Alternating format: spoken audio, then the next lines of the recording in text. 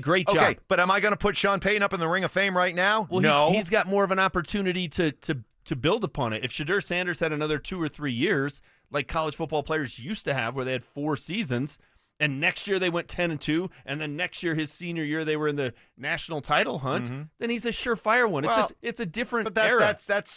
I guess that works against Shedeur, sure, but them's the facts, and the facts are the 2 years that I had a chance to watch him play. And again, you've put me in a position where I got to say mean things about Shedeur Sanders. He was terrific. I think the talk about Shedeur Sanders and the critics that are out there when it comes to him as an NFL quarterback, I think these people are making huge mistakes. I think he's going to be a very good NFL quarterback for the same reasons I think Bo Nix showed that he's going to be a very good NFL quarterback. But that doesn't mean that I just take his 2 years of what I saw and say, okay, he immediately jumps the entire line of all the great buff players that have come before him, and he gets to be one of the rare handful of players to have his number retired? It's not his fault. It's not his fault that for 60 years they've only put in one guy.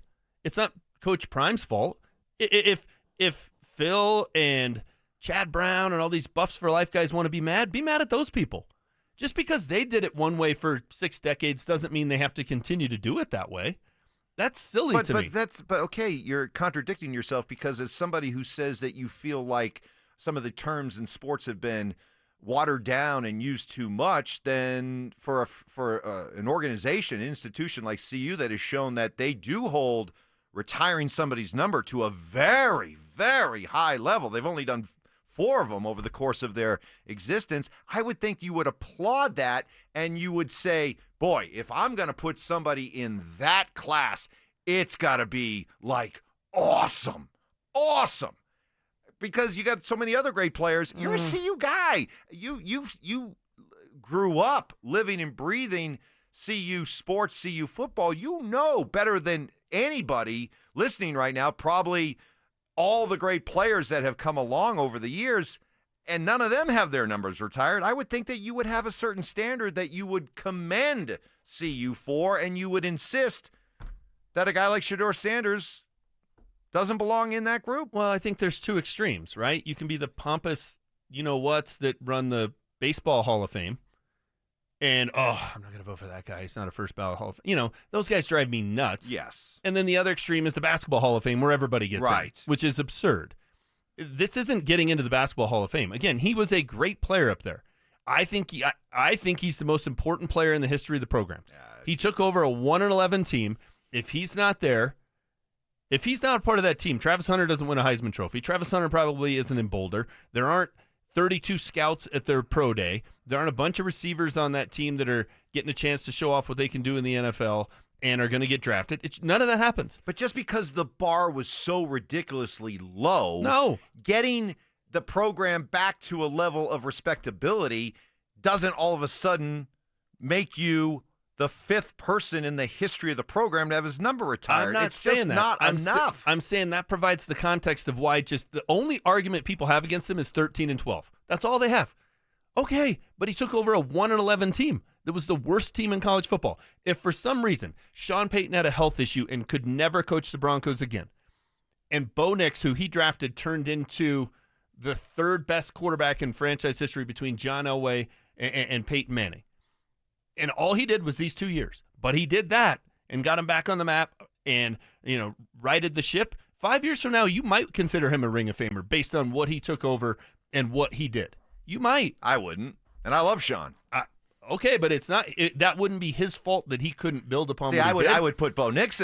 I'm putting Bo Nix now up into the Ring of Fame for that reason. Just like when I look at this return to relevance that we've seen for CU. Come on, look. It still starts and ends with Deion. Okay, it's Deion. That's the driving force. Do you think Juju is in Boulder right now if Shedeur wasn't their quarterback last year?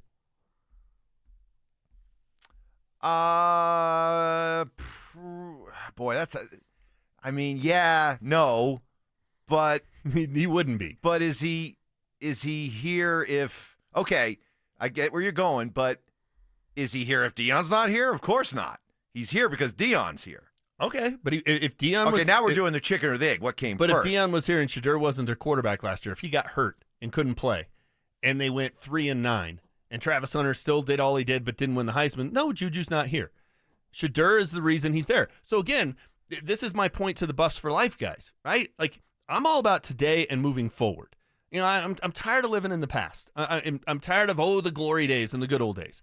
When you have a game in, I don't know, mid-October, and there's recruits standing on the sidelines and the sun is setting behind the flat irons, and they're looking up at that press box, and there's names up there, and there's 12 Hunter. I'm like, man, that guy won a Heisman Trophy here last year. And there's 2 Sanders. Man, that guy went 6th overall to the Raiders or where he ever ends up going. But CU's always been trying to recruit players. They've always had players on the sidelines. They've always brought guys in for visits. Well, nobody... and it wasn't like you know what, they were at a huge disadvantage because those recruits had to look up and they saw Alfred Williams, they saw Darian Hagan. They didn't see their numbers retired, but they saw them up there on the celebrated, Ring of Fame. If I'm Dion, those are the 2 guys that in 2 years I already got up there.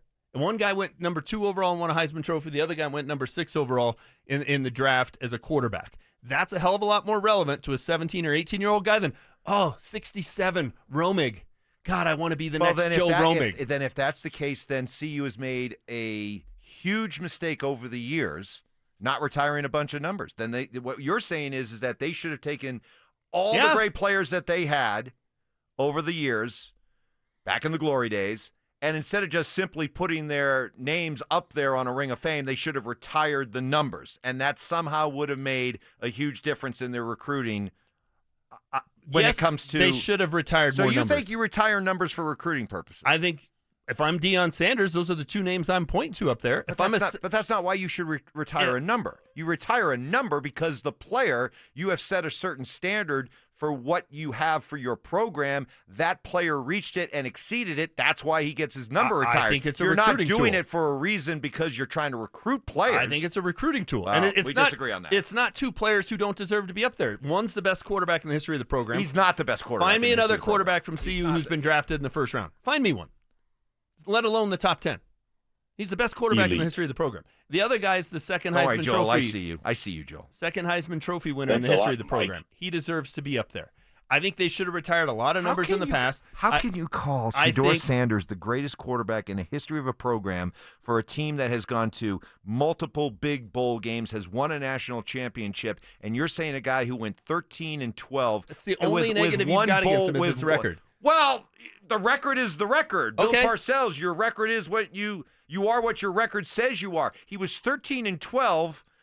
0-1 in a bowl game, and I will challenge you to tell me what the one huge signature victory he pulled off in the 2 years he was here. He was good. He was really good. He was in his first ever game. He beat a team that was in the national title game the year before. That's a pretty signature win. CSU comeback, and then that TCU team went on to show the rest of the year that they were a far cry from the team that maybe went to the momentum started going against them when they lost. The comeback against CSU at Folsom Field was one of the greatest games I've ever seen in person. The Hail Mary this year to win the game on the last play of the game, an unbelievable play. It was unbelievable. So the greatest quarterback in CU history. Darian Hagan took over a team that had Eric Bieniemy and J.J. Flanagan in the backfield, and Sal Anesi was their quarterback, and they were already a bowl team. Cordell Stewart took over a team that had been 10 wins in a row for multiple seasons, and he played on a team that had 10 NFL draft picks on it in 94. He's going to have a better record. He's going to have a better record than the guy who came in and took over a 1-11 football team. But the only thing people can look at when they want to knock Shedeur is his record. And the only reason I keep bringing what he took over is because that provides context for why 13-12 is pretty damn impressive.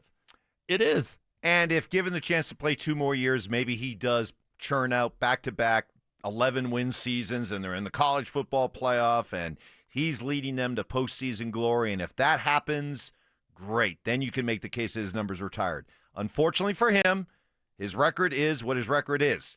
2 years, 13-12, 0-1 in a bowl game. That's not enough to get your number retired. Well, what the program should have done, and they should have been doing this all along, is when a great player leaves, you retire their number and it's out of commission for 10 years. And then you bring it back. Because it's college football. There's hundreds of kids. You can't retire that many numbers. But should Eric Bieniemy's number have been retired for the first 10 years after he left CU? Of course. And Alfred Williams? Of course. And Mike Pritchard, who went number 9 overall to the Falcons? Yes. Obviously. But the sins of the previous regimes for multiple decades that's not Coach Prime's problem. But see, you look at it as a sin. I look at it as actually it's a standard that you created that I think is one that should be applauded. They've made it clear it is hard to get your number retired at CU. I think that's awesome. No, I think they that's haven't. awesome. Because the first 4 guys that went up there don't really deserve to be there. They're the equivalent of Jim Turner being in the Broncos Ring of Fame when they started the Ring of Fame and didn't have enough people worthy of doing it, so they put in Frank Tripucka, right? And then since then, it's been overly harsh. Rashaan Salam's not even the best player since 1969. He won the biggest award, and he had a tragic passing, and I get why they retired his number, but they have no system. They have no standard. All right, so if that's your point, then what's the rush to put Travis Hunter and Shedeur Sanders up there right now? Let's go back. Let's let this thing breathe a little bit. Let's go back and look at our overall process that goes into retiring numbers. And if we're going to change it and realize that maybe our standards have been too rigid to this point, okay, now let's start putting up the guys that should have been in there years ago. Let's start retiring their numbers, and we'll get to Shedeur and Travis. Why is it being done now? You know why it's being done right now. Because it's A, it's nepotism. No. B, it's protecting a legacy. And C, with the draft coming up next week and his rookie season in the NFL coming up, it's a marketing move as well. It's a recruiting tool. And it's also a nod to the idea that Deion could eventually leave here in a way that could cause some hard feelings, and he doesn't want to blow back on his kid. Well, and at that point, what's he care if Shedeur's name's up there? He's not here. He's coaching the Cowboys. But nepotism would have been Dan Hawkins putting Cody Hawkins up there. That would have been nepotism. And for people to act like it's in that category is absurd and ridiculous and completely unfair to Shedeur Sanders and to Coach Prime. It's not that. It's a recruiting tool to put him up there now. You can point at it every time a recruit's in there this season. They're 2 guys that are worthy of being up there. And, again, look at it this way. Okay, he only went 13-12. Travis Hunter deserves to be up there. He won a Heisman. Who else? They don't give out a lot of those. Who else on this team deserves to be up there? I can name 15 guys from Cordell Stewart's best team who deserve to be up there. I can name 15 guys from Darian Hagan's team who deserve to be up there. Okay. There's not another single player from the last 2 seasons who will sniff being up there. Right. So he went 13-12 with that bunch of yahoos. Those teams were going to Orange Bowls and winning 10, 11 games in a time where, college football, I mean, the cream of the crop was at the top. It wasn't as watered down as it is today. I mean, there's no way you could have put together a 12-team playoff back in those days. Whoever was 6 through 12 would get their doors blown off by the top teams in college football back then, and CU was hanging out in that neighborhood. They had a lot of great players. So I'm with you. If you want to go back and change the criteria that CU has employed over the years when it comes to retiring numbers, I'm all for that. But while you do that, Travis Hunter, Shedeur Sanders, you need to wait your turn. Okay, and once again, this is the second time this week I've sat in with you. For the last 15, 20 minutes, FS1 has been talking about Shedeur Sanders. Sorry, he's a needle mover. He's a difference maker. Okay, they talk about the Dallas Cowboys every single day as well, and the Cowboys suck and have sucked for 30 years. Why is Jerry Jones in the Hall of Fame? Because he's turned that franchise into that. Because he's a great businessman. He's turned that organization into must-see TV and must-talk-about radio. Hey, Deion Sanders he's the Pied Piper. I'm not arguing any of that. He's a marketing bring attention upon himself and everything he touches. He's a dynamo. I mean, he's elite. He's in an elite class when it comes to all that stuff. But that doesn't mean that his kid is automatically number retirement worthy. It's not automatic. It's not just because he draws clicks doesn't mean. I mean, all right, all right. You're saying they talked a lot about Shedeur Sanders. Okay. They talked about Tim Tebow a heck of a lot more when he was in the NFL. Tim Tebow's number's not retired at Florida.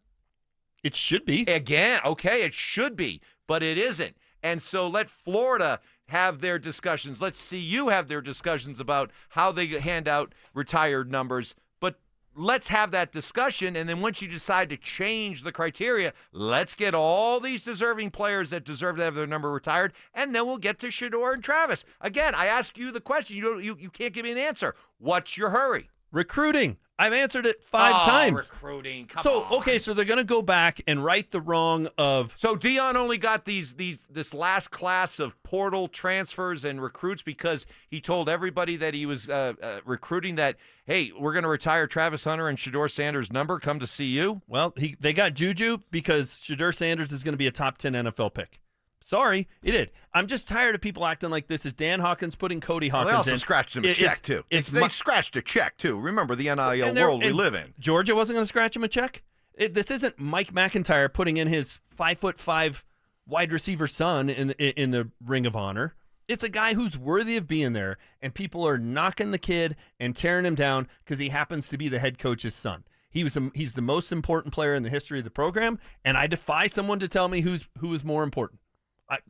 Shedeur Sanders is the most important player in the 100-year history of Colorado football. Correct. That has included countless All-Americans, first-round draft picks, guys who played in major bowl games, guys who played in for a national championship team.